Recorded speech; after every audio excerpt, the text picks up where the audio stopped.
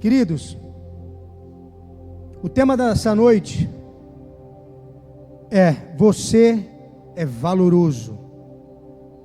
Repete comigo: eu sou valoroso. Quando você ouve um tema como esse, talvez você vá olhar para a sua vida e você vai dizer assim: eu sou valoroso? Uma vida tudo torta, toda machucada. Como você diz que a minha vida e eu sou valoroso? Mas eu queria que você enxergasse um título como esse, não com a sua perspectiva, com o seu olhar, mas com a perspectiva dos céus, aquilo que Deus diz ao seu respeito. E sabe, muitas vezes eu vejo pessoas que não acessam aquilo que Deus tem liberado para elas, porque tem uma promessa de Deus liberada sobre a sua vida, amém? Existe uma promessa sobre a minha vida, existe uma promessa sobre a sua vida. Existe algo para você e eu conquistarmos. Mas eu vejo que muitas pessoas estão travadas espiritualmente, não conseguem viver o exponencial de Deus, porque carregam algo do passado que precisa ser ressignificado. Como assim? Eu vou te dar um exemplo. Eu, Victor, eu nasci num lar onde eu tive um pai e uma mãe presente. Meu pai era militar da rota, minha mãe dona de casa.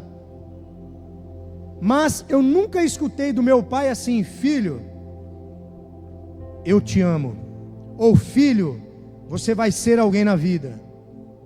Nunca escutei isso. Também meu pai nunca me amaldiçoou, meu pai nunca falou bobeira para mim. Mas os meus familiares, por eu ser uma criança muito agitada, falando português claro, eu era muito bagunceiro. Hoje eu entendo que a minha unção de evangelista, eu gosto de rua, eu gosto de pessoas, eu gosto de estar no meio de gente, e eu gostava de estar na rua, de brincar com os meus amigos.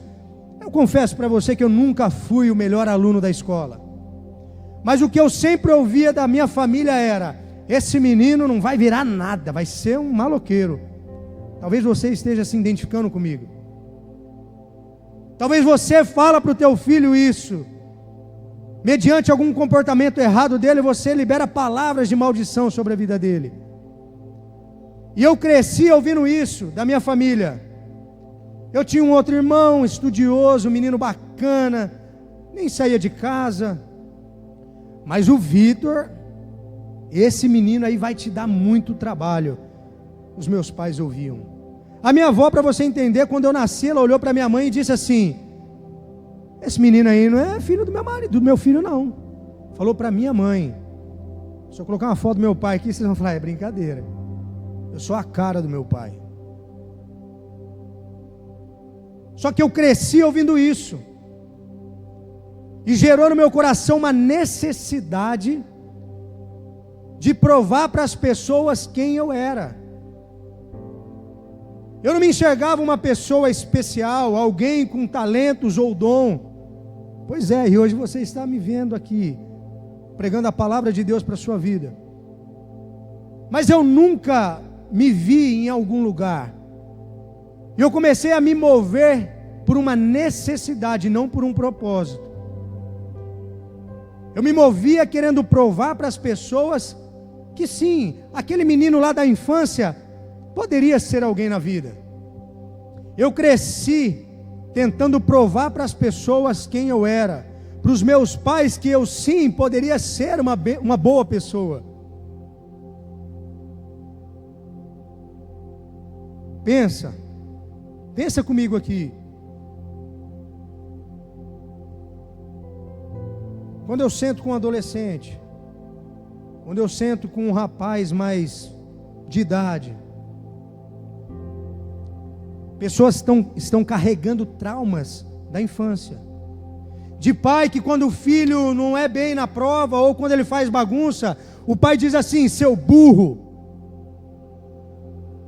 você é um burro. E isso começa a cravar no coração daquela criança. No primeiro momento ela até sabe: eu não sou burro. Mas a palavra de Deus fala que aquilo que sai da nossa boca serve para abençoar e para amaldiçoar. E quando essa criança cresce, ouvindo que ela é burra, que ela não vai ser ninguém, a primeira vez que alguma coisa dá errado na vida dela, o que vem na mente dela? Eu sou um burro, eu não sou ninguém. E ela vem carregando isso. Ela cresce, ela amadurece, ela casa. Por isso que nós vemos tantos problemas no casamento. Todos nós carregamos uma herança genética e cultural. A genética é de sangue, e a cultural é do ambiente onde nós crescemos.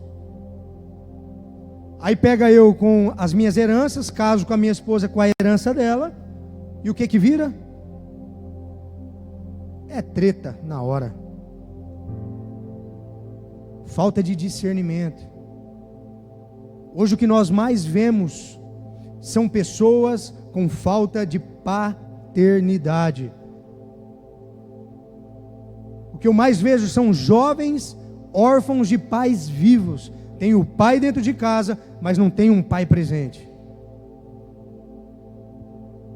Talvez você esteja sentado aqui e o seu pai já liberou palavras para você, e essa palavra vem ecoando dentro do teu coração, e você é travado espiritualmente, não consegue romper, parece que nada dá certo, tudo que eu faço dá ruim, a minha empresa não vai bem, o meu trabalho não vai bem, os meus relacionamentos nunca dão certo. Mas hoje é uma noite de cura. Deus vai ressignificar aquilo que um dia te feriu no teu passado, porque você é valoroso, você é valorosa. E você não é valoroso porque você é bom no que você faz. Você não é valorosa porque você tem talentos e dom. Não, você é valoroso e valorosa a partir da entrega de Jesus na cruz. A partir dele, você tem valor. Eu não sou merecedor dessa graça, você também não é merecedor dessa graça. Mas por você ter um valor para o Senhor, Ele te torna valoroso e valorosa. Deus quer ressignificar algo na sua vida aqui hoje.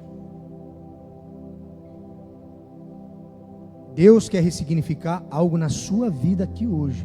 Então interaja com o Espírito de Deus. Não tem a ver comigo, não tem a ver com a placa da igreja, não tem a ver com essas quatro paredes, não. Tem a ver com o poder de Deus atuando neste lugar.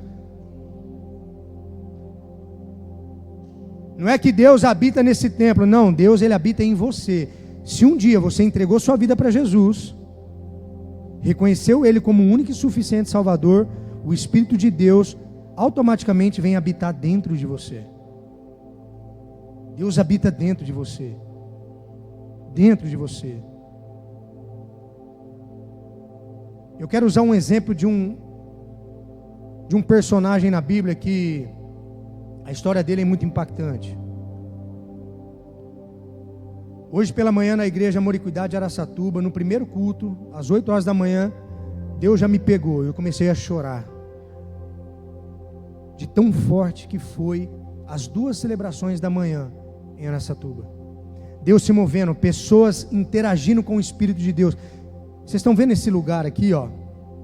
Esse aqui chama-se altar de Deus. Muitas pessoas às vezes têm vergonha de vir para o altar, receber uma oração, receber um abraço, porque acha que altar é lugar de vergonha. Mas deixa eu te dizer algo para virar uma chave na sua vida. Altar é lugar de rendição, de adoração. Não fique preocupado se alguém vai falar assim: ah lá, está no pecado, está indo lá para o altar. Deixa que se lasque que fale. Importa o que Deus pensa de você. Domingo passado eu vim aqui pela primeira vez. E no final do culto, o pastor Renato finalizando, eu fui o primeiro a vir para o altar.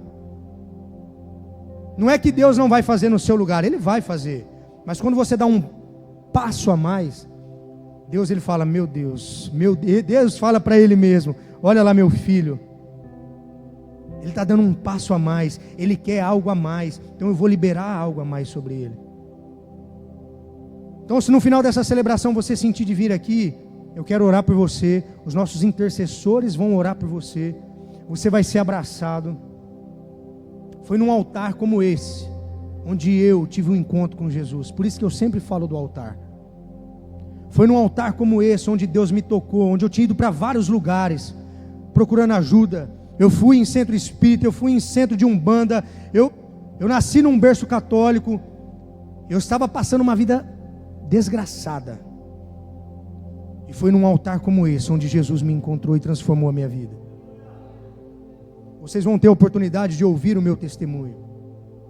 Aí vocês vão entender a dimensão do que eu estou falando.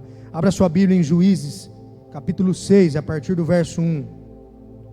De novo, os israelitas fizeram o que era mal aos olhos do Senhor.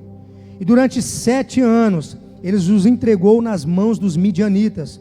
Os midianitas dominaram Israel. Por isso, os israelitas fizeram para si esconderijos nas montanhas, nas cavernas, nas fortalezas.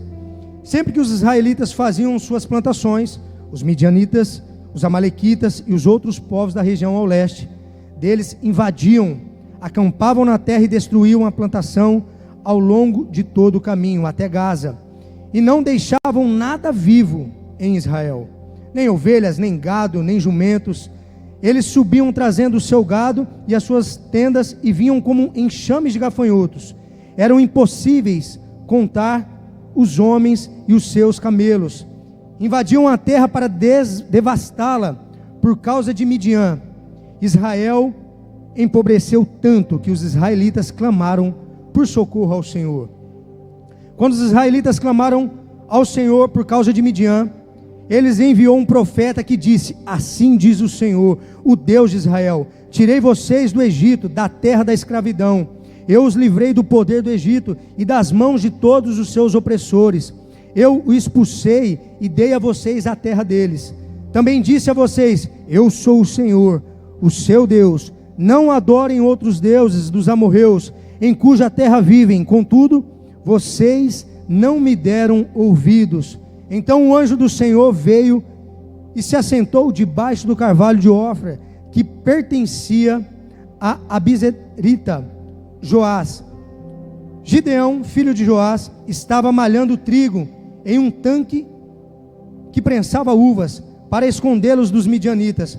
Então um anjo do Senhor apareceu a Gideão e lhe disse: o Senhor está com você, poderoso guerreiro. Gideão respondeu: ah, Senhor, se o Senhor está conosco, por que aconteceu tudo isso? Onde estão todas as maravilhas que os nossos pais contavam quando diziam: não foi o Senhor que tirou do Egito? Agora, porém, o Senhor nos abandonou e nos entregou nas mãos de Midian.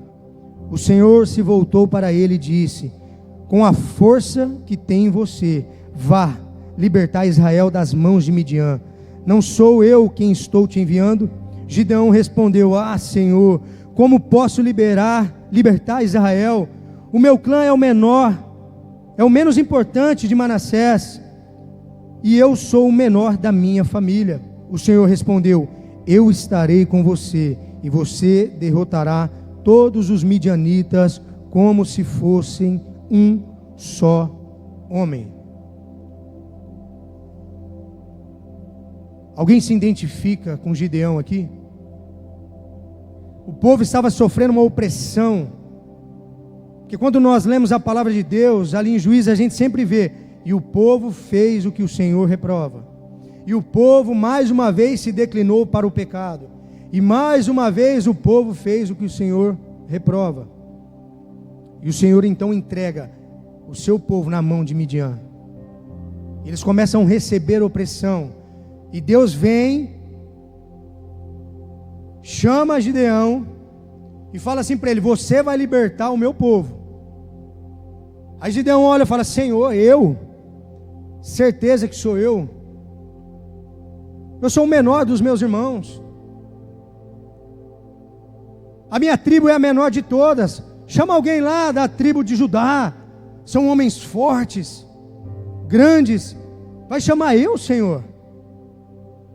Gideão não via aquilo que Deus via nele. E talvez é o que você está enfrentando hoje.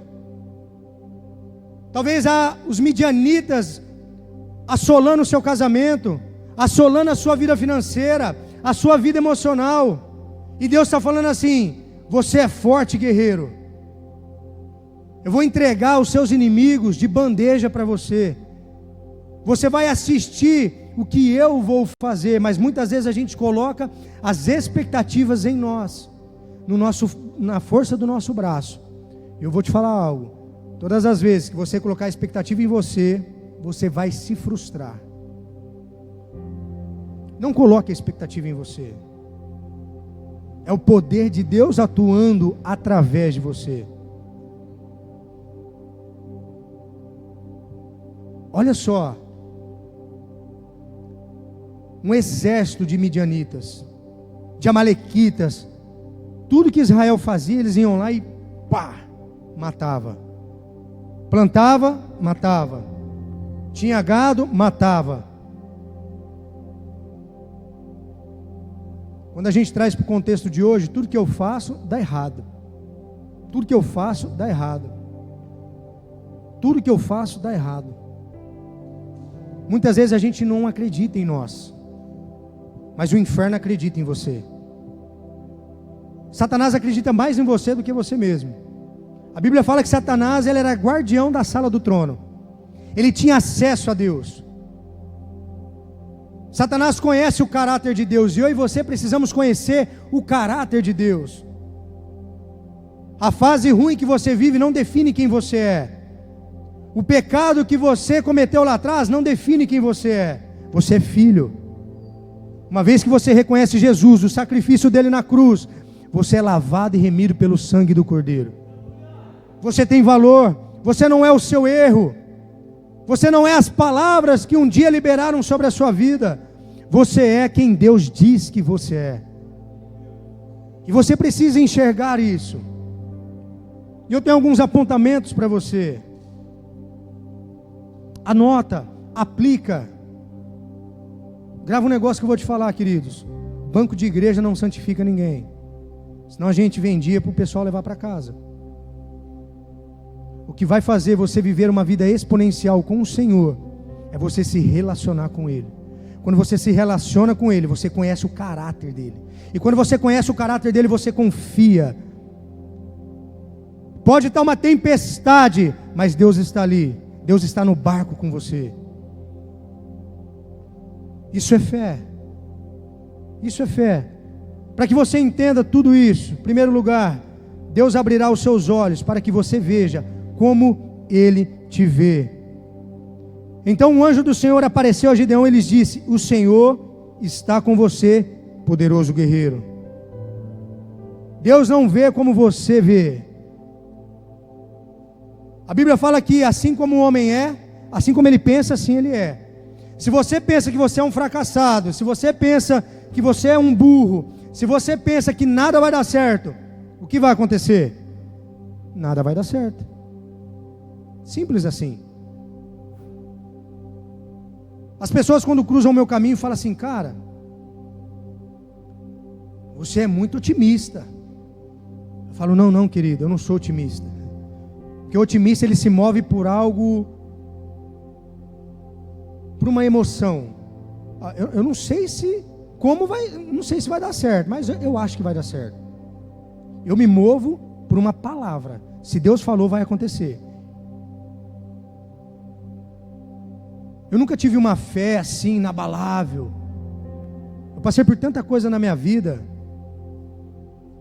que eu comecei a falar para Deus assim: Senhor, eu preciso ver como o Senhor vê, porque senão eu vou abandonar a minha fé. E é o que mais a gente vê hoje, as pessoas, elas vêm para a igreja, com aquele evangelho tabajara, vêm para Jesus e os seus problemas acabaram. O primeiro problema que ele tem, ele sai da igreja. É o primeiro irmão da igreja que te frustra, você sai da igreja. Se você saiu da igreja por pessoas, você não entrou por Jesus. Eu já fui frustrado, eu já fui traído dentro da igreja. Quem que é a igreja? Fala assim: eu sou a igreja. Então não tem a ver com esse templo, com a placa da igreja, não.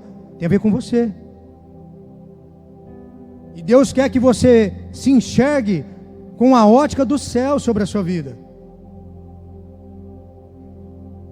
Eu não gosto de sentar com pessoas pessimistas.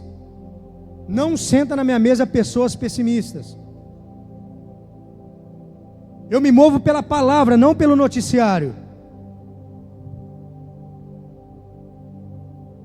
Qual que é o seu primeiro devocional da manhã?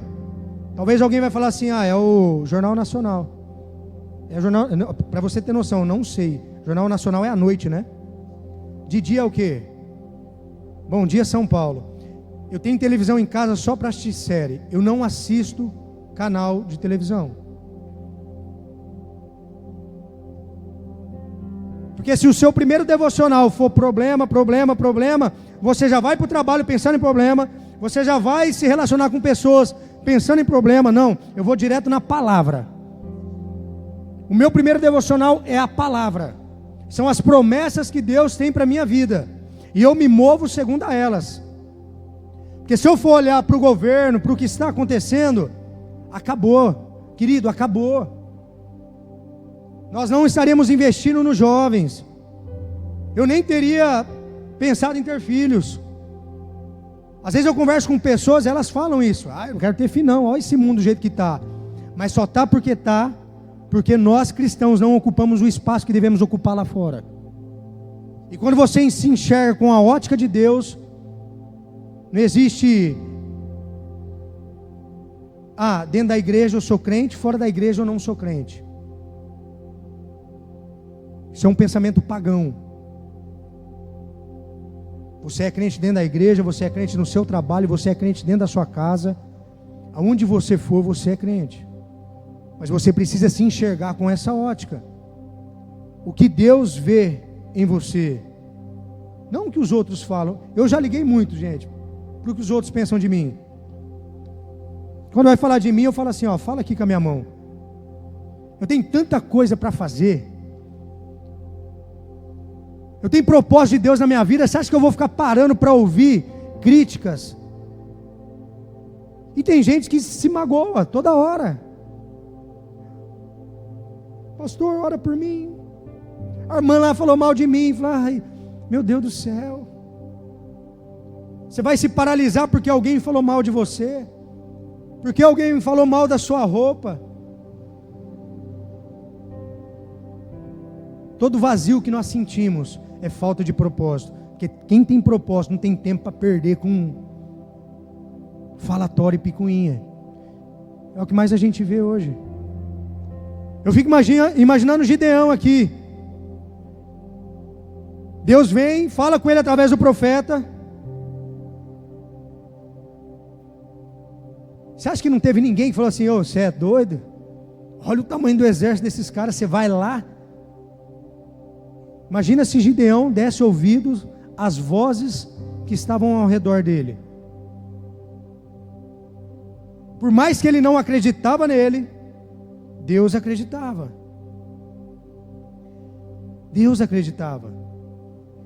Deus acredita em você. Você pode repetir isso? Deus acredita em mim. Deus acredita em você.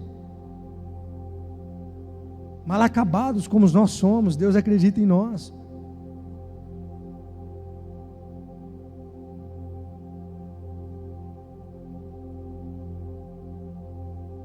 Você precisa destravar a sua mente hoje.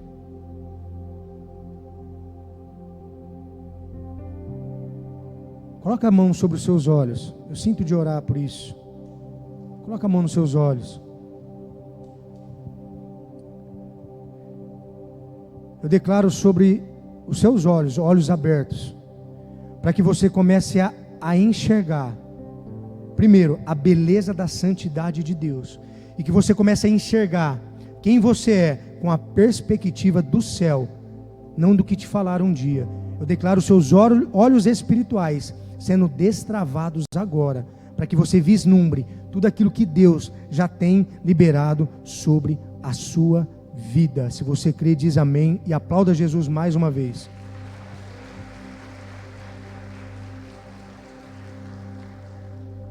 Segundo lugar, o Senhor Deus é a força da sua vida. Gideão respondeu: Senhor, como posso liderar Israel? o meu clã é menor o menos importante de Manassés, e eu sou o menor da minha família.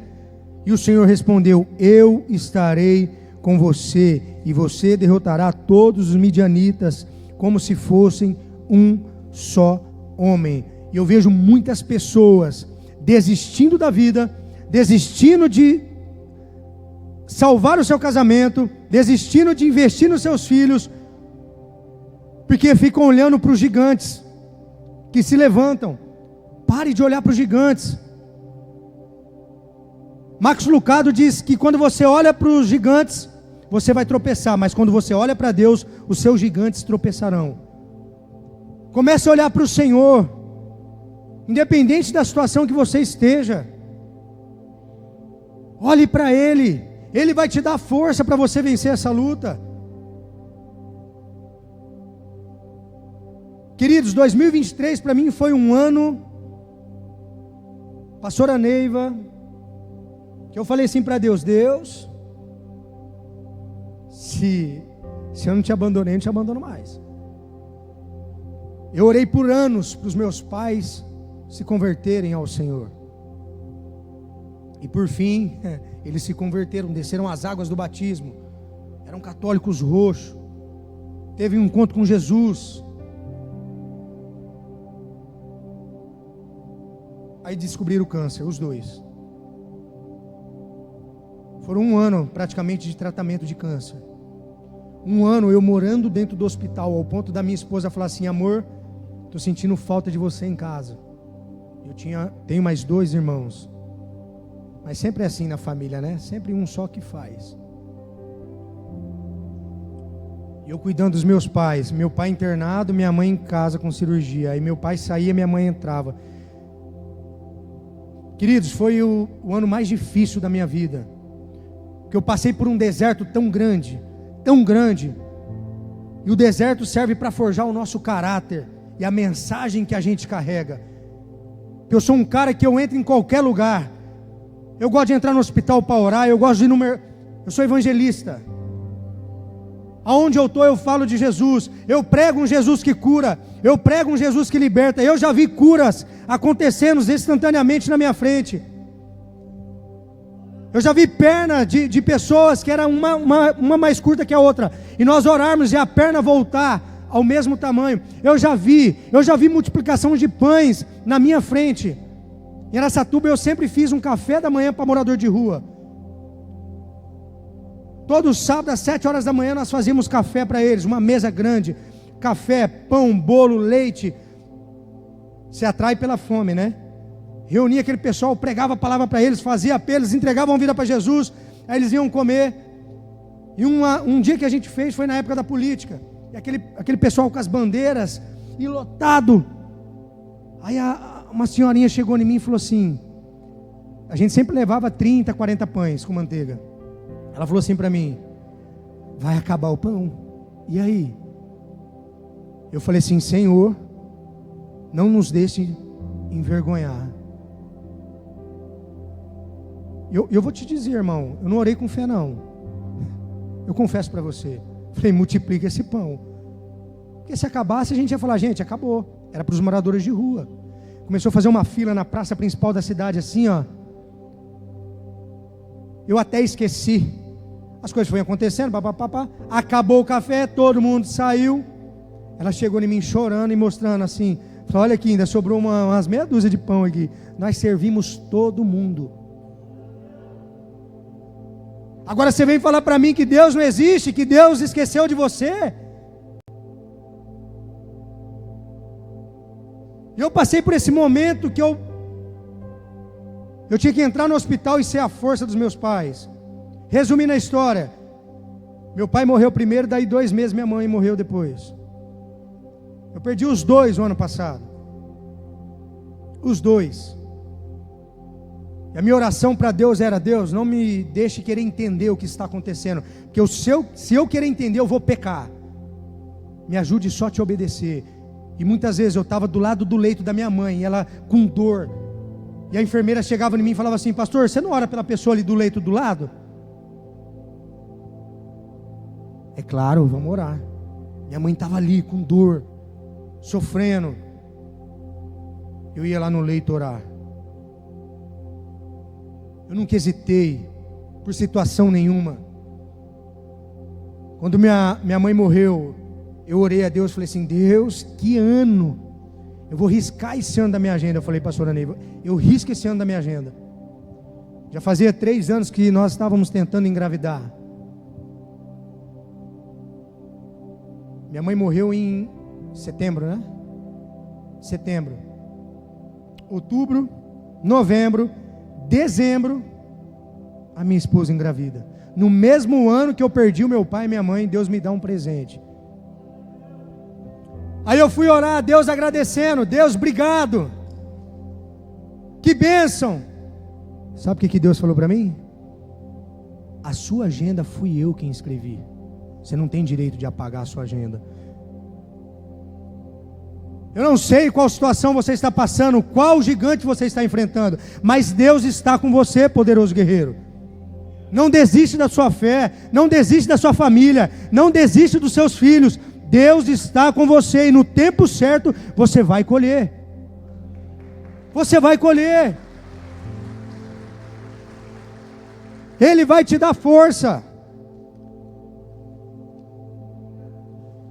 Ele vai te dar força. Seja um crente fervoroso, cheio do Espírito Santo. Fale de Jesus para as pessoas. Por isso que todo mundo fala que crente é chato. É porque é tão bom viver na presença de Deus que a gente quer que todos vivam também. É maravilhoso viver na presença de Deus. Mas tem muitos crentes que a gente chama de crente SSS. Salvo, sentado e satisfeito. Eu já estou salvo mesmo. Eu vou para a igreja cultuar o Senhor. Estou satisfeito. O resto que se lasque. Querido, não pense assim. Não pense assim. Quando eu olho para a cidade de Penápolis, eu vejo uma cidade rendida aos pés de Jesus. Deixa eu te falar uma coisa. Essa cidade, ela vai ser conhecida como um ponto de avivamento. Escuta o que eu estou te dizendo. Essa cidade, ela vai ser conhecida como um ponto de avivamento. O que Deus vai fazer nesse lugar é algo incrível. Gera expectativa no teu coração. Gera expectativa no teu coração. Quando olhamos para a história dos avivalistas, John Wesley, ele junta ele mais 2 amigos e fala: vamos começar a orar por um avivamento? Que foi o de Toronto. Vamos. Começaram 3 caras a orar. E através da oração desses 3 caras, toda uma nação foi tocada por um avivamento. Agora pensa comigo, eu, pastora Neiva, pastora Renata, vocês orando por um avivamento, o que não pode acontecer nessa cidade? Pessoas sendo curadas, libertas, casamento sendo restaurado, filhos saindo das drogas, prostitutas se convertendo. Eu vou ver isso aqui em Penápolis. Eu vou ver isso aqui em Penápolis. Meu coração queima por isso. Ninguém vai ficar sem ouvir a palavra de Deus nesse lugar. Se eles quiserem caminhar com Jesus, é uma decisão deles. Jesus, quando envia os discípulos, ele fala assim: ó, vai nas sinagogas, prega o evangelho, quem não quiser escutar, sacode a poeira da sandália e vai embora. A gente não precisa insistir para as pessoas ir para Jesus. Onde já se viu isso? Eu sou contra isso. Insistir para as pessoas ir para Jesus, eu sou contra. Você tem que ir por amor, pelo que Ele fez na cruz por você. Terceiro lugar, Deus te ama muito e no tempo certo Ele te promoverá. É no tempo certo. Talvez você esteja no seu trabalho pensando assim: eu queria tanto uma promoção, eu queria tanto subir de cargo. Aí chega o mal acabado aqui, 2 semanas já está lá como diretor. Você não consegue celebrar a conquista do seu irmão e você quer viver uma conquista? A gente atrai aquilo que a gente celebra. É uma chave. Você atrai aquilo que você celebra. Celebre as conquistas dos seus irmãos, aquilo que eles estão vivendo, e no tempo certo Deus te promoverá. É no tempo dele, gente, não é no nosso. O maior motivo da nossa ansiedade É porque nós não respeitamos o tempo de Deus. Queremos tudo agora, somos imediatistas. Nós queremos tudo do nosso jeito. E Deus está lá no seu alto e sublime trono dizendo assim: filho, não é do seu jeito, eu já planejei. Eu quase coloquei o meu ministério em jogo por conta da minha ansiedade. Eu quase coloquei o meu chamado, o sonho que Deus tinha para mim, por conta da minha ansiedade. Quase. Mas Deus bradou no meu coração e falou assim: filho, segura as pontas aí. Você está muito apressado. Aí talvez você olha para um amigo, para um parente, ou para o seu marido, para a sua esposa: esse aí não tem mais jeito, eu abro mão. Deus está trabalhando. Deus está trabalhando. Dobre seu joelho, ore ao Senhor. Aquilo que você batalha no secreto, Deus te honra no público. Mas tem gente que quer ser honrado no público, mas não quer se quebrantar no secreto. Aí não tem como. Se humilha diante de Deus. Coloque diante dele as suas impossibilidades. Nós temos um casal, um amigo em Araçatuba, que a esposa orou 17 anos para ele se converter. Pensa num homem perturbado. Ele era médico. Sabe o que ele falava para a esposa e para os filhos? Eu mato você, eu picoto você e ninguém vai saber, porque eu sei fazer. Ele é cirurgião. Pensa num homem endemoniado. Hoje é um homem apaixonado por Jesus. Foi uma das pessoas que mais ajudou meus pais dentro da Santa Casa. É um pai para mim. Hoje frequenta a minha casa, eu frequento a casa dele. Uma família linda. Os filhos, um está no Canadá fazendo intercâmbio, apaixonado por Jesus. O outro, ontem estava num ato de amor, varrendo rua das casas perto da igreja ali. Apaixonado por Jesus. Médico, sai do plantão, trabalha o plantão inteiro, sai 7 horas da manhã. Ele mora num condomínio na frente da igreja. Ele não vai para a casa dele, ele vai para a igreja. Ele troca o jaleco dele, põe um colete e vai limpar os banheiros da igreja. Olha só como que Deus toca. Então tenha paciência. O que eu estou falando é para alguém aqui que talvez desistiu já da sua família ou de alguém. Não desista. Deus está trabalhando. Não desista da sua casa. Não desista dos seus filhos. Não desista dos seus sonhos. Deus está trabalhando e você vai viver tudo aquilo que Ele tem para você. Eu creio nisso. Hoje eu vivo isso. Eu sou muito intenso, queridos, em tudo que eu faço. Uma vez um pastor olhou para mim e eu olhei para ele, na verdade, e falei assim: pastor, por que você é intenso? Toda vez que você prega, é apelo, você chora, você dá risada, você vibra. Ele falou assim: filho, toda vez que eu prego como se fosse a última vez. Porque o amanhã só pertence ao Senhor. Talvez eu tenha a oportunidade de pregar a palavra para vocês só hoje, só a única vez. Então eu vou fazer intensamente. Porque o noivo vai vir buscar a noiva. E se o noivo entrar por aquela porta agora, qual vai ser as primeiras palavras que você vai falar para ele? Oh Senhor, desculpa aí, muitas vezes eu deixei de me relacionar com você, porque eu estava ocupado demais. A qualquer momento Jesus vai entrar por essa porta para buscar uma noiva madura, sadia, apaixonada. Nós somos a noiva de Cristo. Temos que ser intencionais no nosso tempo com Ele, no nosso relacionamento com Ele. É isso que Deus espera de nós. Você precisa entender isso. Quarto lugar, quanto tempo eu tenho aqui? Está acabando já? O louvor já pode subir, só para a gente fingir que está acabando. Aplauda Jesus aí, gente, mais uma vez. Toda vez que você aplaude a Jesus é intencional para o pastor tomar água. Quarto lugar, a sua vitória está condicionada à sua obediência a Deus. Assim Gedeão chamou 10 dos seus servos e fez como o Senhor lhes ordenara. Não existe promessa, não existe conquista sem obediência, sem renúncia. Não existe. No contexto de Gideão, o seu pai tinha levantado altares idólatras para adorar deuses pagãos. E a primeira coisa, quando Deus quer fazer algo na sua vida, querido, preste atenção, é uma chave, hein? É uma chave. Você precisa santificar a sua casa. Não existe viver as promessas de Deus sem santificação, sem obediência. E Deus fala, vai lá e faz um limpa. O que Gideão faz? A versão minha, pá, mete o pé nos altares ali, derruba tudo isso aí. Nós vamos adorar só um Deus, o Deus vivo. É isso que Gideão faz. Olha a ousadia dele. Fez até o pai refletir. Rapaz, eu tinha me desviado mesmo. Eu estava adorando outros deuses.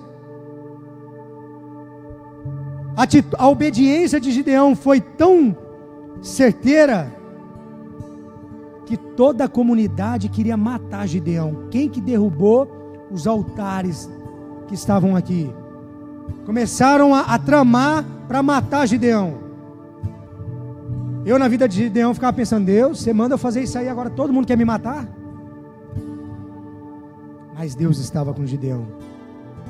Quando Gideão vai, presta atenção, quando Gideão vai enfrentar o exército de midianitas, ele chega diante de Deus com 32 mil soldados. Olha só, 32 mil soldados. Deus olha para ele e fala assim, ô filhão, tem gente demais. Fala para aqueles que estão com medo para ir embora. Aí Gideão fala assim, ó, quem está com medo aí? 22 mil vai embora. Quantos sobraram? 10 mil. Aí Gideão, né? Cara, 10 mil, Deus está com a gente, vai dar certo, tem um exército lá fora, mas nós vamos ganhar. Aí Deus olha para Gideão e fala mais uma vez, ô meu lindo, tem gente demais. Vai até a beira do rio, e quem beber água, que nem cachorro, olhando assim preocupado, manda embora. Agora quem abaixar e pegar água com a mão e beber, esses vão ficar. Quantos ficaram? 300. 300 homens para lutar com um exército. E talvez você diga para mim, pastor, eu estou sozinho para lutar essa batalha. Ei, você não está sozinho, Deus está com você. Maior é aquele que habita em você do que habita no mundo. Deus está com você, poderoso guerreiro, poderosa guerreira. Não há batalha nenhuma que você não vença com o Senhor. Pare de lutar sozinho. Pare de lutar sozinho. E o melhor dessa história, sabe o que foi? Que nem os 300 soldados moveram uma espada para lutar. Deus exterminou todo mundo. Imagina, 300 homens ali, é agora, vamos para cima. Daqui a pouco, ué, cadê? Deus fez o que era para ter feito. Deus estava testando o coração de Gideão e daqueles homens. Tem batalhas que você está lutando, que não é batalha para você lutar. Deus quer lutar por você, mas você não deixa. Você não abre o coração para o Senhor. Você não fala, você não se quebranta diante dele. Senhor, me ajuda. Você tem vergonha. Talvez você foi esfolado no seu passado. Talvez o seu pai te maltratou, a sua mãe te abandonou, e você não consegue se livrar dessa dor. E você tem vergonha de abrir o coração para Deus, de procurar a ajuda de irmãos da igreja para orarem e caminharem com você. Tudo que Deus quer é um coração disposto, um coração quebrantado e contrito, e a palavra diz que Ele não resiste. Ele não resiste. Qual vai ser a sua resposta para Deus hoje? O que na sua vida você está vendo que é impossível? Qual causa que você está enfrentando que você fala é impossível?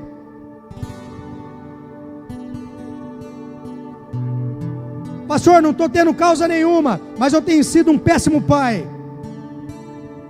Eu tenho sido um péssimo pai. Eu tenho sido uma péssima mãe.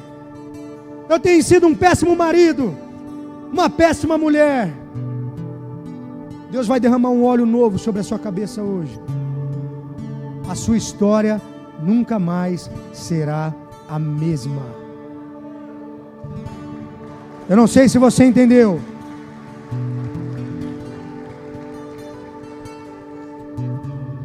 A sua história nunca mais será a mesma. Não trate como banal, ordinário, aquilo que é extraordinário. A presença de Deus está aqui e a presença de Deus é extraordinária. Não sente num culto apenas para falar, é mais um culto, eu estou cumprindo tabela. Não, a palavra fala que Deus faz nova todas as coisas. Então tem algo novo da parte de Deus para a sua vida hoje. Tem algo novo da parte de Deus para ser liberado sobre a sua vida hoje. Você precisa entender isso. Pensa comigo, se Jesus entra por aquela porta agora, como tem sido a sua entrega a Ele? Como tem sido a sua vida de adoração a Ele? Às vezes você entra num culto, o louvor está rolando e você está assim, ó. Não, pastor, que eu tenho vergonha. Mas quando é o jogo, o time de futebol que você tanto ama, você vibra, você pula, você canta, mas para Jesus você tem vergonha.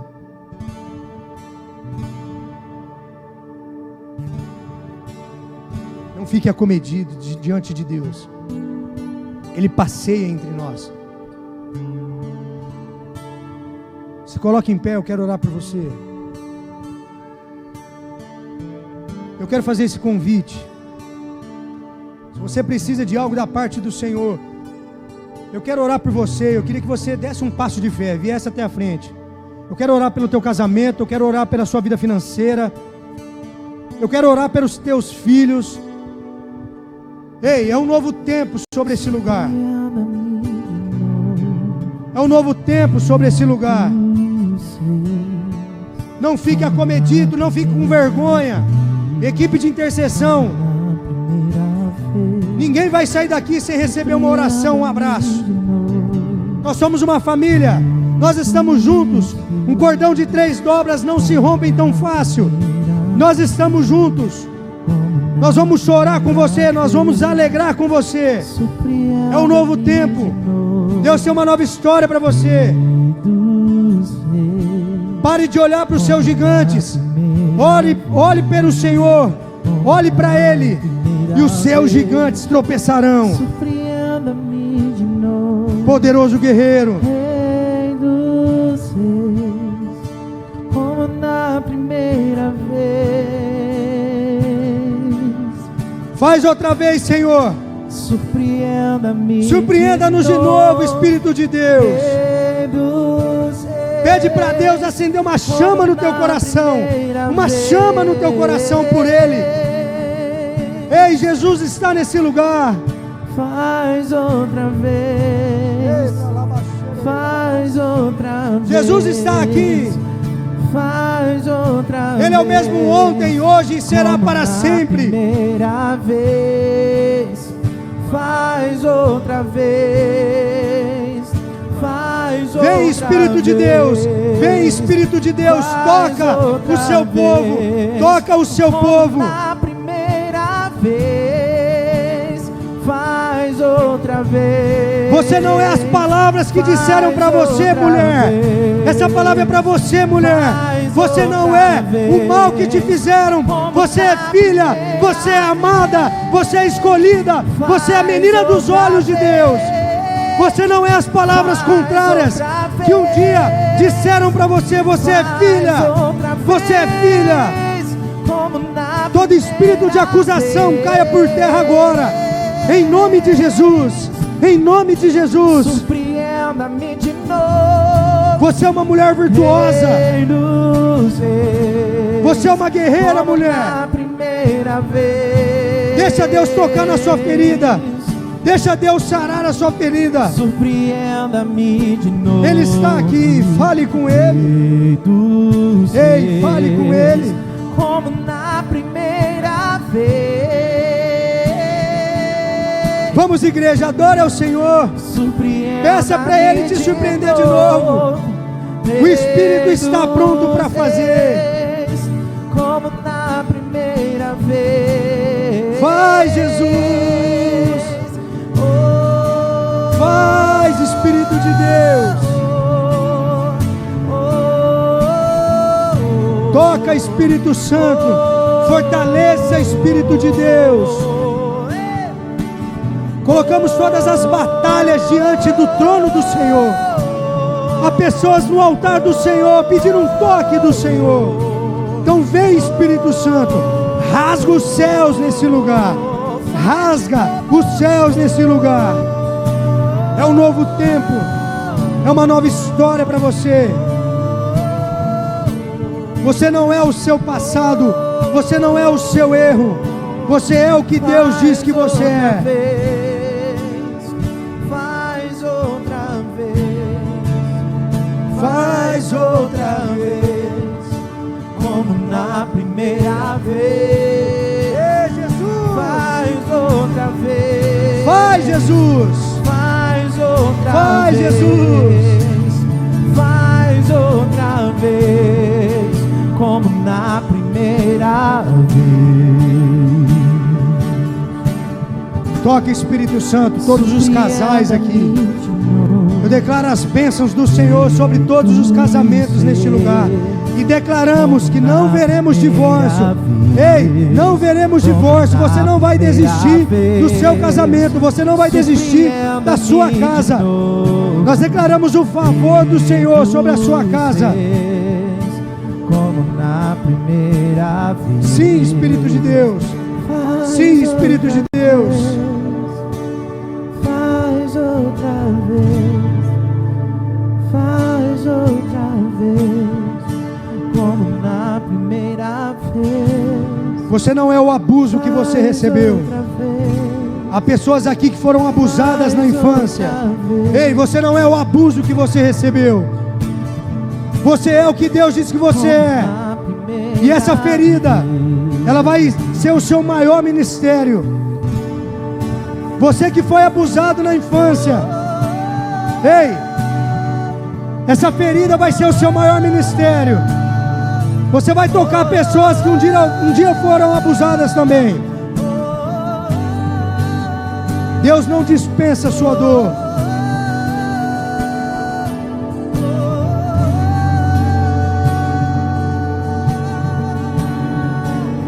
Espírito, Espírito, que desce como fogo. Vem, Jesus. Vem como em Pentecoste e enche-me de novo. Vem, Espírito de Deus, sobre a cidade de Penápolis. Espírito, Espírito. Adore, igreja. Adore ao Senhor. Adore a Ele. Desce como Ei, fogo. Ele está aqui. Oh, vem, Obrigado, vem como em Pentecoste e enche-me de novo. Faz outra vez, faz outra vez, faz outra vez, como na primeira vez. Faz outra vez, faz outra vez, faz outra vez, como na primeira vez. Faz outra vez, faz outra vez, faz outra vez, como na primeira vez. Nós repreendemos agora todo espírito de morte, todo espírito de desistência, Nós declaramos agora que toda voz de Satanás seja calada no nome de Jesus. No nome de Jesus, eu declaro sobre a sua mente, a mente de Cristo. Eu declaro sobre os seus ouvidos, os ouvidos de Cristo, os olhos de Cristo. Eu declaro sobre você um novo tempo, uma nova história, um novo começo. Olhos não viram, ouvidos não ouviram, nem sequer penetrou no coração do homem aquilo que Deus preparou para a sua vida, para a sua casa e para a sua descendência. É isso que Deus preparou, algo extraordinário, extraordinário. É o que eu declaro sobre você nessa noite, em nome de Jesus, em nome de Jesus. Aplauda Ele bem forte, Ele merece toda honra, glória e louvor. Obrigado, Jesus, obrigado por essa noite incrível. Oh, louvado seja o nome do Senhor. Uau, glória a Deus, glória a Deus.